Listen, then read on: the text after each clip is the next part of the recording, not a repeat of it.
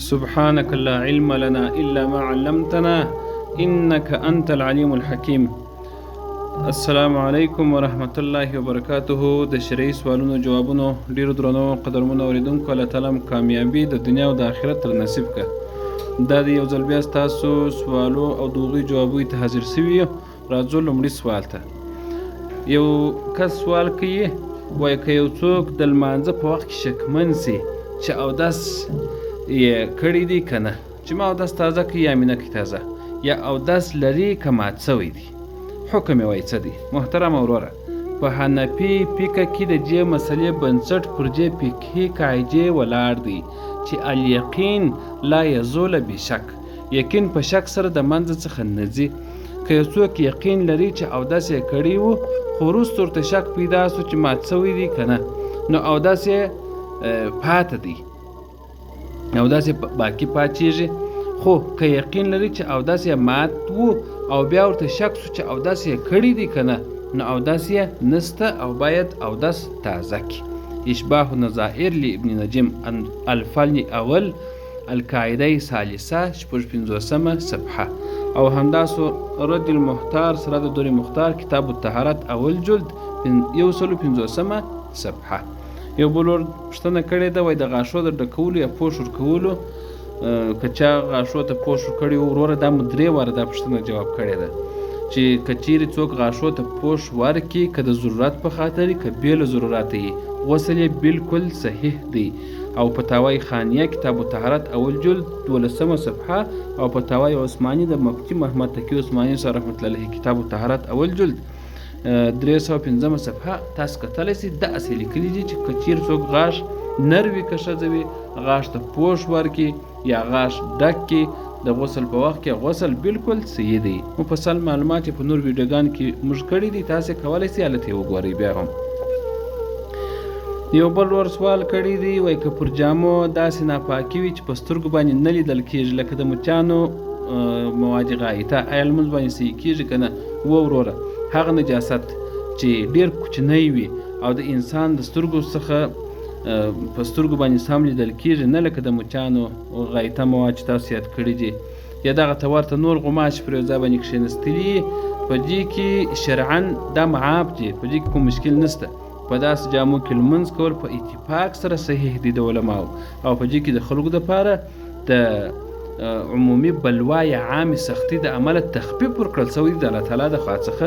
بحر رائق کتاب الطهارت باب الانجاس جلد اول 242 صفحه، او فتاوی هندیه اول جلد 46 صفحه. یو بل ور سوال کړی دی، وایي که یو څوک د ناروغۍ یا حادثې د عمله څخه بېهوښه سي، بېسده سي، یو څوک خلک یا مریض وي یا یو ټکر مکر وکړي، د څومره وخت د لمانځه قضا پر لازمیږي؟ دا ډېر ښه سوال کړی دی. ګوره سوال داسې دی چې ښه ستاسو سر په خلاص دی چې تاسو به هم دغسې کوئ. یو څوک بېسده سي، ناجوړی دی، بېسده دی، په ځان نه دی خبر، یا خدای نه کرده یو چا ټکر کړی دی، نو دی به اوس څنګه څو لمونځونه د داسې قضا سي، مثلا په شوا روزو لمونځونه ورڅخه قضا سي، نو دی به د څو لمونځو قضایي راګرځي. محترمه وروره، که د بېهوښۍ یا لیونتوب، یو څوک لیونی سي خواره کوي، یا د لیونتوب موده د 5 لمونځونو په اندازه وي، یعنې یوه شپه او ورځ یا تر هغه کم، نو د بېهوښۍ د ختمېدو وروسته د دغو لمونځو قضا راوړل فرض دي. خو که د بېهوښۍ موده د 5 لمونځو څخه زیاته سي، د 6م لمونځ وخت باندې داخل سي، نو د حرج یا تکلیف د عمله د ټولو تیرو لمونځو قضا ځینې ساکتېږي او معاف دي، الله تعالی جل جلاله بخش ورته کوي. حواله یې کتاب الاصل للامام محمد بن حسن الشیبانی، کتاب الصلاة باب الصلاة المغمى علیه جلد اول صفحه 305، او هدایه شرح بدایة المبتدی کتاب الصلاة باب الصلاة المریض اول جلد او 8 صفحه. او یو بل ور سوال کړی دی، وایي په لمانځه کې د سری یا پټ او جهري یعنې لوړ قرأت دقیق حد او تعریف څه دی؟ محترم وروره، په سری یعنې پټ لمانځه کې د قرأت حد دا دی چې انسان په خپله د خپلو تورو غږ اواز په داسې حال کې واوري چې د ژبې او شونډو حرکت موجود وي. یعنې مثلا که مخکې ته سري لمونځ کوې پټ دا د مازدیګر لمونځ و د ماپښین لمونځ کې چیرې امام په جومات باندې ورکوي یا که ته یوازې د ځان سره کوې نو څونه دغونه اندازه به دا قرأت وایي چې اورې او ځینې خلک یې بیخي په زړه کې وایي هغه شونډانې سره شوري لا نه دغو خلکو ته نو بس شیطان خورا متوجه په فکرو کې اچي که ته په دونه اندازه قرأت الحمدلله و سورت و التحیات و اللهم صل اللهم بارک په دونه اندازه یې وایه چې خپله اورې بارونو په نور فکرو کې شیطان ته نه راګیروي او په جهري یعنی لوړ غږ لمانځه کې لږ تر لږه حد دا دی چې د لومړي صف مقتدیان د امام غږ په واضحه توګه باندې واوري. فتاوای قاضي خان کتاب الصلات فصل فی القراءات جلد اول 102 صفحه او بدائع صنائع په ترتیب الشرائع کتاب الصلات جلد دویم 180 صفحه. یو بل ور سوال کړی دی وای که یو څوک اودس ولري او د خپل یا بل چا عورت لکه زنګون یا یو بل د ځای ته لاس وروړي او داسې ماچیږي که نه یو سړی راولاړ شي د بل سړي یا ښځې عورت ته لاس واړوي نو اودس یې ماچیږي که نه. محترم وروره د حنفي فقې له مخې د خپل یا بل چا عورت ته په لاس وروړلو یا د شرمګاه د لمس یا د مسح کولو سره اودس نه ماچیږي. که څه هم د بل چا عورت ته کتل یا ورسره بې له ضرورته ورته کتل یا لاس وروړل دا حرام دي خو د اوداسه د ماتېدو لامل نه ګرځي ځکه چې د بدن څخه داسې ناپاکي نه ده وتلې چې سیلان یعنې بهېدل وکړي. لکه اوس د مثال په توګه یو ډاکټر دی په یو مریض باندې اخته سو دغه ځای ناجوړې دي د عورت یې ناجوړې دي دغه ځای ته یې لاس واروي په دې باندې هېڅ مشکل نشته اوداسه ته هېڅ خبره نه پیښېږي یعنې اوداسه نه ماچېږي.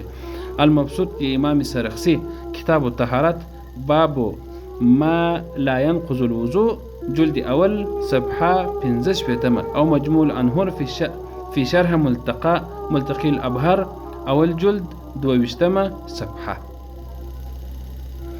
او یو بل ور سوال کوي وایي که یو حاجي صاحب په مکې مکرمې ته ولاړ سي او هلته د استوګنې نیت تر 15 ورځو کم وي نو لمونځ به قصر کوي که پوره.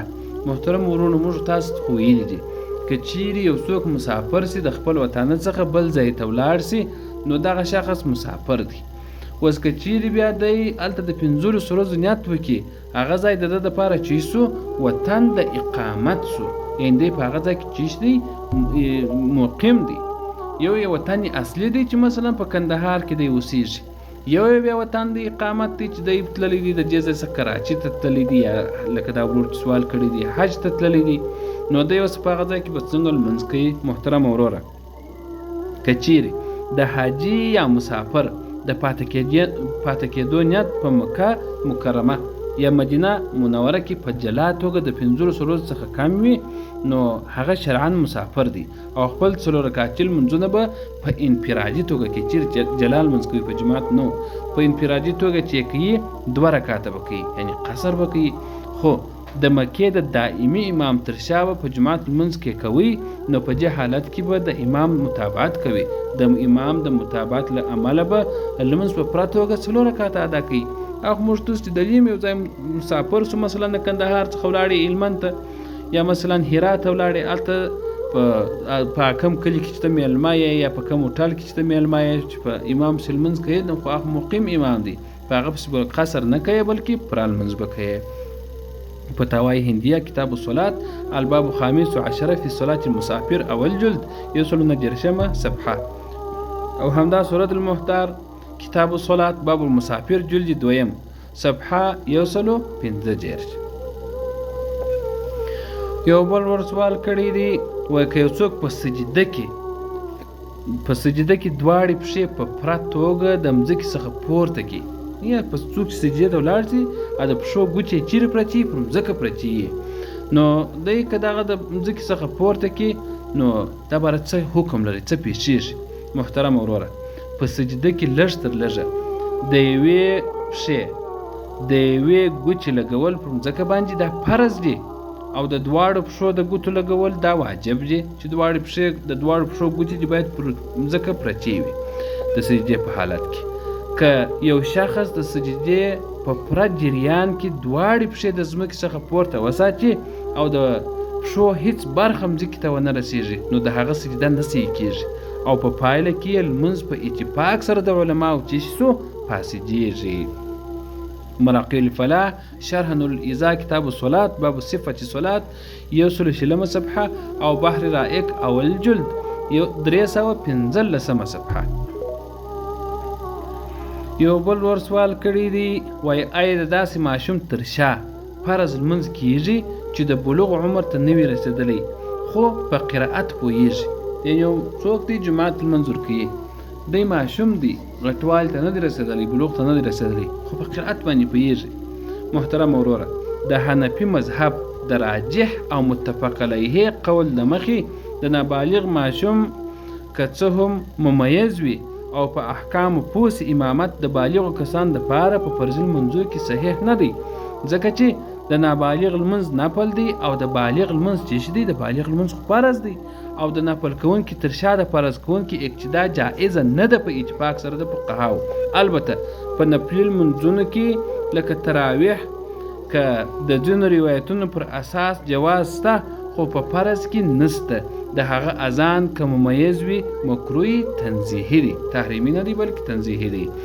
کنز دقایق مع بحر رائق کتاب الصلاة باب الامامت جلد اول 388 صفحه او هدایه اول جلد 55 صفحه. یو بل ور سوال کړی دی وای آیا د داسې قبرستان یا حجرې په منځ کې لمونځ کول جایز دی چې مړي پکې ښخ وي؟ محترم وروره په حجره کې یا په قبرستان کې از تاسو په اصطلاح باندې نو لمونځ کول مکروه تحریمي دی حرام دی ځکه چې په دې کې د مشرکینو سره د مشابهت او یا قبر ته د تعظیم شبهه پیدا کیږي. خو که په قبرستان کې د لمانځه دپاره یو ځانګړی ځای جوړ سوی وي چې د قبرونو او د لمانځه د ځای ترمنځ د دیوال یا یو حائل په واسطه جلاوالی وي بیا له کراهیته پرته لمونځ صحیح دی. دوری مختار سره د رد المحتار کتاب الصلاة مطلب فی الصلاة فی المقبره اول جلد 380 صفحه او همداس کتاب الاثار لی امام ابي حنیفه صاحب 15 صفحه. یو بل ور سوال کړی دی وای ایا د روژې په میاشت کې په سترګو کې د درملو څاڅکي اچول یا رانجه کول روژه ماتي کنه؟ محترم ورور که څوم هم دا سوال په نورو ویډیوګانو کې جواب کړی دی درته خو بیا به مو یو لاند جواب درته ووایو. په سترګو کې د رنجو یا سرمې کارول یا د درملو څاڅکو اچول روژه نه ماتي که څه هم د هغې د دغه شانو خوند یا رنګ په حلق کې هیڅ هم سي ځکه چې د سترګو او دماغ یا معدې ترمنځ داسې خلاصه لار منفذ نسته چې د هغې لارې درمل نیغ په نیغه معدې ته ورسیږي بلکې دا یوازې د مسامونو د لارې څخه خوند جذبوي. بدایع الصنایع په ترتیب الشرایع کتاب الصوم مفسدات الصوم 2 جلد 93 صفحه او تبیین الحقایق کتاب الصوم اول جلد 390 صفحه. یو بل سوال کړی دی وای کمیړه خپل ښځې ته ووایي که ته د پلانکي کور ته ولاړې نو طلاق یې د دې شرعي حکم څه دی؟ وروره تاسو کوشش وکړئ چې زموږ هغه ویډیوګانې چې مخکې موږ خپرې کړي دي هغه ګورئ نو باره بیا تکرار سوال نه راځي نو بیا په هر صورت زه به تاسو ته لنډ جواب درکړم. محترم وروره دا په فقه کې د تعلیق طلاق بشرط د شرط سره د طلاق تړلو مسله ده. په حنفي فقه کې د طلاق تعلیق صحیح دی که ښځه په قصدي یا هیره توګه سره د میړه دغه امر څخه سرغړونه وکړي او د یاد سوي کس کور ته ننوځي کوم چې دور ته ویلې چې د پلانکي کره که ولاړې نو ته طلاق یې نو دغه کور ته ننوځي نو په همهغه شیبه کې شرط پوره کېږي او پر ښځه باندې طلاق واقع کېږي. د دې کلمو څخه بیرته ګرځېدو وروسته د ویلو څخه امکان نه لري. هدایه شرح بدایة المبتدی کتاب الطلاق باب التعلیق جلد 2 45 صفحه او فتاوی علمگیری اول جلد 400 صفحه. یو بل ور سوال کړی دی وای که یو څوک داسې مال په نغد واخلي چې لیدلی یې نه وي آیا د معاملو د لغوه کولو حق لري؟ محترم وروره هو د حنفي فقهي د اصولو د مخې که چا داسې شی واخیستی چې د اخیستلو په وخت کې لیدلی نه و معامله یې نافظه ده خو د دغه مال د لیدلو په وخت کې اخیستونکی خیاري رویت یا د لیدلو واک حق لري. کله چې مال وګوري که یې خوښ سو معامله جوړ کړي، که یې خوښ نه سو بیرته ردولی سي. مبسوط للسرخسي کتاب البیوع باب خیار رویت جلد 14 پاڼه یا صفحه 2 مجله الاحکام العدلیه الماده 300 یو بل ور سوال کړی دی، وایي که په ګډ تجارت یا په شراکت کې تاوان راسي آیا د ګټې د فیصدي په اساس ویشل کیږي که د سرمایې؟ محترم وروره د ستاسو سوال داسې دی، ته وایه که چیرې موږ دوه نفره سره شریکان یو نو تاوان سره راسي، که چیرې د هر چا ګټه څومره وي، مثلا د یو چا یوه ته 50,000 افغانۍ ګټه رسیږي بل ته 10,000 افغانۍ ګټه رسیږي، نو آیا تاوان هم داسې دی؟ تاسو ته به داسې جواب درکړم، په اسلامي فقه کې د تاوان یعنی خسارې د تقسیم لپاره یو بنسټیز قانون شتون لري چې الوضیعة علی القدر المال، یعنی تاوان تل د سرمایې په اندازه وي، ګټه د دواړو خواو په خوښه او شرط پورې اړه لري. خو که په کار کې تاوان راسي نو د دواړو شریکان له اصلي سرمایې څخه د هغوی د مالي حصې په اندازه منفي کیږي. مثلا که د یو چا سرمایه 80% وي نو تاوان یې هم چش دی 80% د هغه پر غاړه باندې دی. په تاوان کې بل شرط ایښول باطل دی. بدائع و صنایع په ترتیب و شرایع کتاب و شرکت فصل په احکام شرکت 8 جلد 602 صفحه او همداس فتح القدیر د ابن حمام رحمت الله علیه کتاب و شرکت جلد 5 380 صفحه. یو بل سوال کړی دی، وایي که د لمانځه په وخت کې د یو چا د موبایل زنګ په لوړ اواز باندې ووهل سي د هغه بندول څه حکم لري؟ یو څوک په لمانځه ولاړ نن سبا په مسجدونو کې دا بیخي ډېر زیات پیښیږي، هلته څو واره هغه مولوي صاحب خبره کوي چې جمعه ترکي هغه په خوله هم وایي تلیفونان مو بند کړي، هلته لیدا لیکلي هم یې په مسجد کې د موبایل عکس یې په د کاغذ باندې جوړ کړي، بیا د ضرب علامه پر کړي، لاندې په صورت نوشته کړي چې تلیفون بند کړي، پر هغه سربیره هم د خلکو څخه هېر سوی نو اوس چې زنګ ورته راسي اوس په چیش کوي. محترم وروره په لمانځه کې د موبایل د زنګ بندول نه یوازې جایز دي بلکې واجب دي تر څو د نور لمونځ کوونکو د حضور او خشوع د لمانځه تلو مخه ونیول سي. د موبایل د بندولو لپاره باید د عملي کلیل څخه کار واخیستل سي، نه د کثیر څخه، یعنی په یو لاس سره په جیب کې دننه کاټنۍ کښېکاږه چې هغه تلیفون په کاټېږي. که څوک په دواړو لاسو او د ډېر وخت لپاره د موبایل په خلاصولو باندې بوخت سي هغه عملي کثیر ګرځي او لمونځ یې بیا فاسدېږي. په یو وار سره بس تلیفون بند کړه. رد المحتار على الدري مختار کتاب الصلاة باب ما يفسد الصلاة وما يكره فيها جلد 2 پاڼه یا صفحه 210 او فتاوی عثماني اول جلد 450 صفحه. یو بل سوال کړی دی، وایي که یوه ښځه مالداره وي خو محرم نه لري آیا یوازې د حج سفر کولی سي؟ محترم وروره د حنفي مذهب د متفق علیه قانون نه مخې په هر هغه سفر کې چې مسافه یې د سفر حد یې شاوخوا 78 کیلومتره ته رسیږي د ښځې دپاره د میړه یا محرم لکه پلار ورور زوی شتون دا شرط دی، حتمي ده. که ښځه بې له محرمه حج ته ولاړه سي حج یې ادا کیږي خو د سفر د ګناه په سبب به ګناهکاره وي دا ښځه. که محرم پیدا نه کړي په هغې باندې په خپله تلل فرض نه دي بیا، بلکې د ژوند په وروستیو کې به د بل چا د لیږلو یا حج بدل وصیت کوي. بحر رایق شرح کنز دقایق کتاب الحج جلد 2 او صفحه 318 او فتاوی علمگیری کتاب المناسک جلد اول صفحه 218. یو بل سوال کړی دی، وایي پر کوم پسونو او غواګانو غوښانو زکات فرض دی او شرایط یې څه دي؟ محترم وروره په څارویو کې زکات یوازې پر صائمه څارویو باندې فرض دي. صائمه هغه حیوانات ته ویل کیږي چې د کال ډیره برخه د 6 میاشتو زیات په عام او مباح څړځایونو کې په وړیا توګه باندې ځان مړوي. خو که څاروي په کور کې ساتل کیږي او واښه ورته رانیول سوي چې علوفه وي نو په هغو کې د څارویو زکات نشته. په دغو څارویو کې چې نشته زکات نشته، مګر دا چې د سوداګرۍ او تجارت دپاره وي چې بیا پرې د تجارتي مالونو زکات راځي. کتاب الاموال ابي عبید پاڼه 380 او هدایه شرح بدایة المبتدی کتاب زکات باب زکات الصائمه لومړی جلد صفحه 98. یو بل ورور سوال کړی دی، وایي که د یو مړه سوي کس څخه مال پاته سوی لومړی د هغه کفن دفن وسي که د خلکو پورونه ورکړل سي. محترم ورور دا سوال مو هم په تېره ویډیو کې تاسو ته په تېره خپرونه کې ویلی وو، خو زه به لنډ جواب درته ووایم.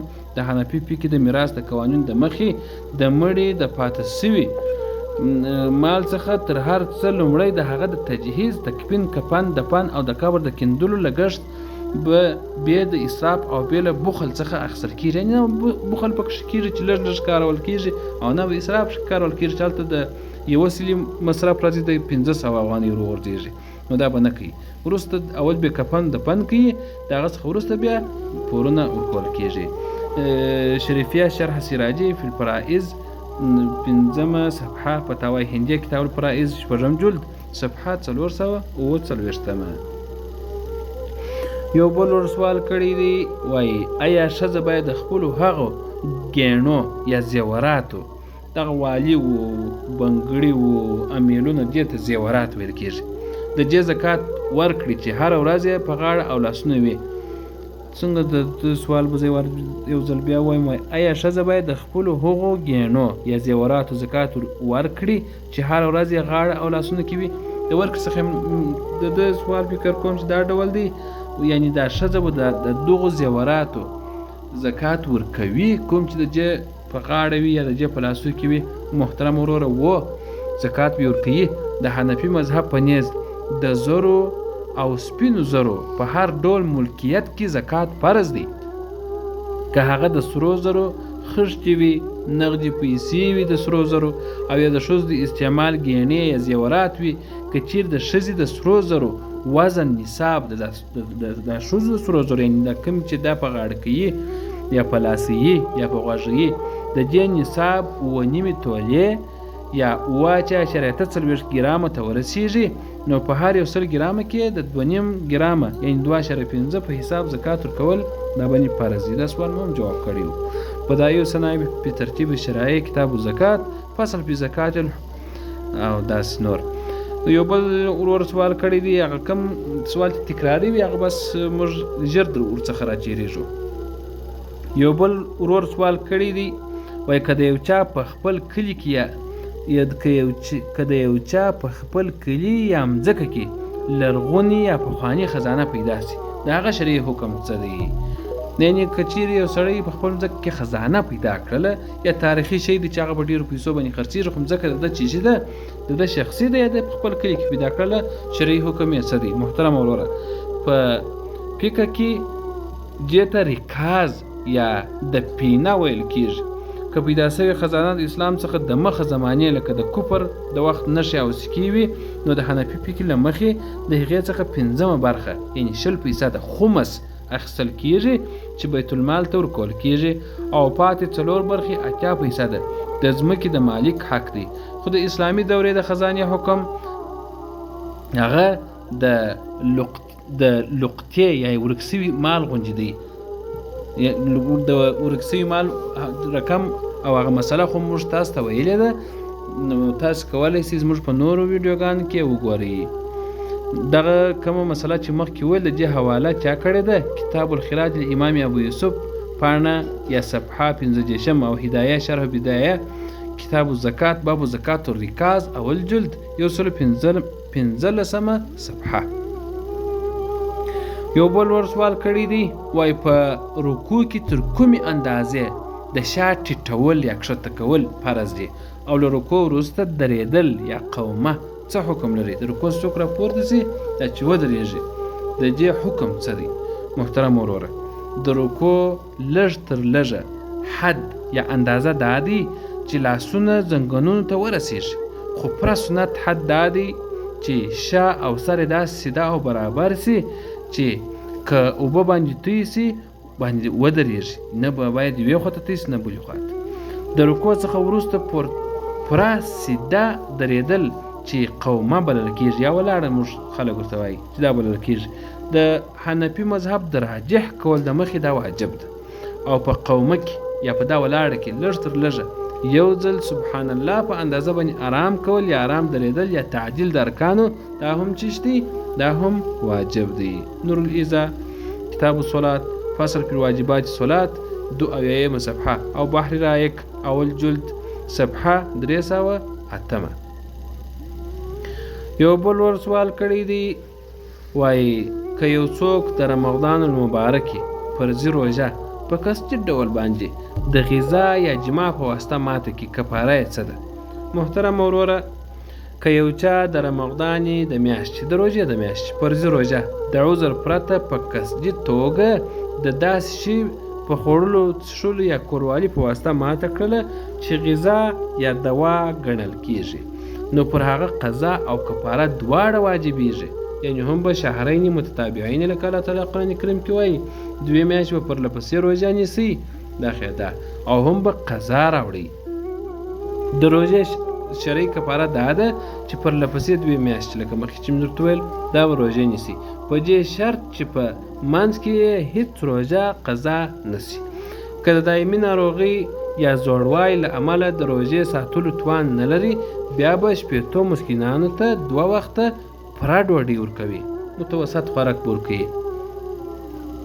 کتاب الاصل لامام محمد کتاب الصوم باب الکفاره صوم 2 جلد او صفحه 250 او فتاوی هندیه جلد اول صفحه 205. یو بل ور سوال کړی دی وای د مړي په مړینه پسې په لوړ غږ باندې د ویر کولو او چغو وهلو شرعي حکم څه دی؟ په کورو کې مړي سوي خلک قرآن دیغې نه پاسې تنګي خصوصا د ښځې خوارانې نو هغه په لوړ غږ باندې ژاړي دا په واسه پوره نه وي چې دا خپله ژړا کنټرول کړي. خو که چیرې بیا هغه رواجي ژړا چې د پلانکۍ دپاره ژاړمه دا ناروا کار دی. محترم وروره د مړي د جلاوالي په غم کې د سترګو اوښکې بهول او په زړه کې خفه کېدل دا معاف او طبیعي دي خو په لوړ غږ باندې چیغې وهل د مړي صفتونه په چغو بیانول دا د مخ وهل او د ګریوان څیرل په قطعي ډول باندې حرام دي او د جاهلیت د کبائرو ګناهونو څخه دي. مړي په قبر کې د خپلې کورنۍ د دغه ډول غیر شرعي حالات له امله د عذاب او تکلیف سره مخ کېږي. فتح القدیر د ابن حمام او کتاب الجنائز باب الغسل المیت جلد 2 102 صفحه او رد المعتار کتاب الصلاة المطلب فی بکاء علی المیت 2 جلد صفحه 290. یو بل ور سوال کړی دی وای آیا په وروستۍ قعده یعنی په اخره ناسته کې د اتحیات څخه وروسته د درود شریف لوستل دا فرض دی که واجب دی؟ محترم وروره د حنفي فقه په نیز د لمانځه په وروستۍ قعده یعنی په اخره ناسته کې د اتحیات څخه وروسته پر نبی کریم صلی الله علیه و آله وسلم باندې د درود شریف اللهم صل او اللهم بارک د دې لوستل د دې ویل دا سنت مؤکد دی یعنی ټینګ سنت دی فرض یا واجب نه دی. که یو څوک د درود شریف لوستل هیر کی او سلام وګرځوي لمونځ یې صحیح دی او تکرارول یا د سجدې سهوي ته اړتیا نشته خو د سنتو د پرېښولو له امله د لمانځه فضیلت کمیږي.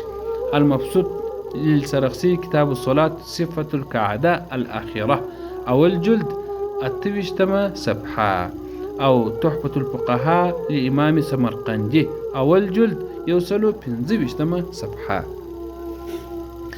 یو بل ور سوال کړی دی وای د تلاوت سجده په کوم شرایطو باندې واجبېږي او آیا اودس ورته شرط دی او کنه؟ محترم وروره د قرآن کریم د سجدې 14 آیاتونو څخه د یو آیات په لوستلو یا اوریدلو سره د تلاوت سجده پر لوستونکي او اوریدونکي باندې واجبېږي. د تلاوت د سجدې د ادا کولو دپاره پوره اودس د ځای پاکوالی د عورت پټول او قبلې ته مخ کول د لمانځه په څیر شرط دي. طریقه یې دا ده چې بې له لاس پورته کولو تکبیر وویل سي او یو ځل سجده وسي او بیرته په تکبیر سره سر پورته کړی سي. بس دغه سجده تلاوت ده. کنز دقایق کتاب الصلات باب سجده تلاوت اول جلد 420 صفحه او مجموع الانهر اول جلد 115 صفحه. او یو بل ور سوال کړی دی وایي د لمانځه په وړاندې د سترې ایښول څه حکم لري او اندازه یې څومره ده؟ محترم وروره، کله چې یو څوک په لمانځه کې په خلاص ځای کې په یو ډاک کې داسې ځای وي چې هلته مخ ته یې څوک چیرېږي، هلته لمونځ کوي، د خلکو د چیرېدو احتمال وي، نو سنت طریقه داسې ده چې دلته یو اندازه لرګی یو ذراع چې زموږ تاسې څونه کېږي، نیم ګز یا نیم متر کېږي، دونه لرګی خپل مخ ته ودرېږي، دا دې ته ستره ویل کېږي او دا سنت ده. دا باید څوک مخ ته ودروي. او که د سترې او د لمونځ کوونکو په مابینځ کې یو شخص چیر سي نو دغه شخص ګناهکاره دی.